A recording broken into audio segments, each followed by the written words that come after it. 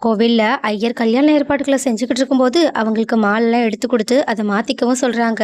அத பார்த்துட்டு, நீங்க ஒரு ஃபோட்டோவா எடுத்துக்கோங்கன்னு சொல்லிட்டு, அவங்கள ஒரு ஃபோட்டோ எடுத்தது மட்டும் இல்லாம, அவங்களோட ஃப்ரெண்ட்ஸ் கூடயும் சேர்ந்து அவங்கள ஒரு ஃபோட்டோ எடுத்துடுறாங்க. அதுக்கப்புறமா எல்லாருமே சேர்ந்து, உங்களோட கல்யாண கதைய சொல்லுங்கன்னு கேட்க, அதுக்கு சோழனும் வழக்கம் போல அடிச்சு விட ஆரம்பிக்கிறாங்க. நானும் நிலாவும் ரொம்ப வருஷமா காதலிச்சோம். அதுக்கப்புறம் அவங்க வீட்ல தெரிஞ்சிருச்சு. அப்புறம் கல்யாணத்துக்கு அரேஞ்ச் பண்ணிட்டாங்க. அதனால நாங்க வீட்ட விட்டு ஓடி வந்துட்டோம். அவங்க என்ன எங்கள தொரத்த ஆரம்பிச்சுட்டாங்க. கடைசில பார்த்தா, எங்களுக்கு பாதுகாப்பு போலீஸ் ஸ்டேஷன் தான் சொல்லிட்டு, நாங்க அப்படியே போலீஸ் ஸ்டேஷனுக்கு போயிட்டோம். அங்க தான் எங்களோட கல்யாணம் நடந்துச்சுன்னு சொல்ல, இத கேட்டுட்டு எல்லாருமே இன்ஸ்பயர் ஆகுற மாதிரி பார்த்துக்கிட்டு இருக்காங்க. ஒரு அண்ணன் மாதிரி எங்க கூடயே நின்னுகிட்டு இருக்கீங்கன்னு சோழன பாராட்ட ஆரம்பிக்க, அப்ப சோழன் தன்னோட அண்ணன் கல்யாணம் நின்னத பத்தி சொல்ல, இத கேட்டுட்டு எல்லாருக்கும் கொஞ்சம் பயமா இருக்கு. ஏன்னா கடைசி நேரத்துல பொண்ணு அவங்க தூக்கிட்டு போயிட்டாங்கல்ல. இதை கேட்டுட்டு பொண்ணோட முகமே மாறிடுது. உடனே சோழனும் அவங்கள சமாதானப்படுத்திட்டு உங்களோட கல்யாணம் நல்லபடியா நடக்கும்னு சொல்லிட்டு சாமியெல்லாம் கும்பிட்டுக்கிட்டு இருக்காங்க.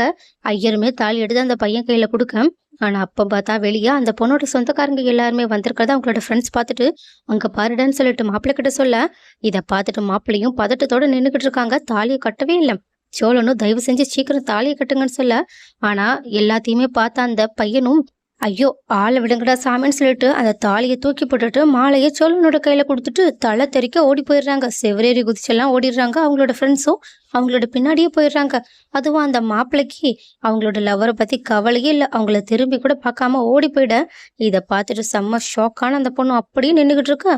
சோழனும் என்னங்க இவன் இப்படி ஓடிக்கிட்டு இருக்கான்னு சொல்லிட்டு, அந்த பொண்ணோட வெளிய வராங்க. வழக்கம் போல வந்தவங்க சோழன் தான் மாப்பிள்ளைன்னு சொல்லிட்டு அவங்கள மிரட்ட ஆரம்பிக்க, எல்லாத்தையுமே பார்த்த சோழனும் இவங்க நம்மளோட பேச்ச கேட்கவே மாட்டாங்கன்னு அங்கிருந்து தலை தெறிக்க ஓடுறாங்க. அந்த பொண்ணுமே நம்ம மாட்டினா நம்மளுக்கு ஏதாவது பண்ணிடுவாங்கன்னு சொல்லிட்டு சோழன் பின்னாடியே போய் அவங்களோட கார்லயே ஏறிக்கிறாங்க. ஆனா சோழன் எவ்வளவு சொன்னாலும் அந்த பொண்ணு இறங்குற மாதிரியே தெரியல. கொஞ்ச தூரத்துல போய் என்னை இறக்கி விட்டுருங்கன்னு கெஞ்சிக்கிட்டு இருக்க.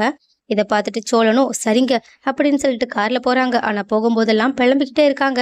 உங்களால நான் ரொம்ப பெரிய சிக்கல்ல மாட்டிக்கிட்டேன்னு சொல்லிட்டு அவங்கள திட்டிக்கிட்டு இருக்கிறது மட்டும் இல்லாம, வீடை விட சேஃபான இடம் வேற எதுவும் கிடையாது.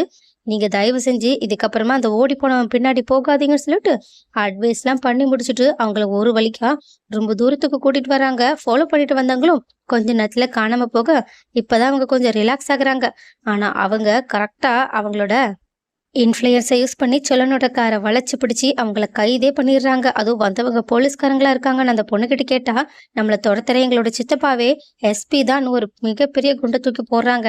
ஆனா இவங்க போலீஸ் ஸ்டேஷன் கூட்டிட்டு போவாங்கன்னு பார்த்தா, அந்த பொண்ணோட வீட்டுக்கு தான் சோழனை கூட்டிட்டு போயிருக்காங்க. அதுவும் அங்க போயிட்டு அந்த பொண்ணோட அம்மா பொண்ணு அடிக்கிறத பார்த்துட்டு அவங்க சித்தப்பாவும் எல்லாத்துக்கும் காரணம் இவன் தான் சொல்லிட்டு சோழனை போட்டு மாங்க மாங்கன்னு ரொம்பவே கஷ்டப்படுத்துற மாதிரி அடிக்கிறாங்க. இதை பார்த்துட்டு சோழனும் என்னங்க நீங்க பாத்துக்கிட்டு இருக்கீங்க சொல்லுங்கன்னு அவங்களோட சப்போர்ட்டை கேட்க, அதுக்குமே 4-5 அடி சேர்த்துதான் விழுகுது. அதுக்கு மட்டும் இல்லாம சோழன் நான் நிஜமாவே எந்த தப்பு பண்ணல, அவங்க தான் வந்து என் கார்ல ஏறினாங்கன்னு மொத்த உண்மையுமே சொல்ல வராங்க.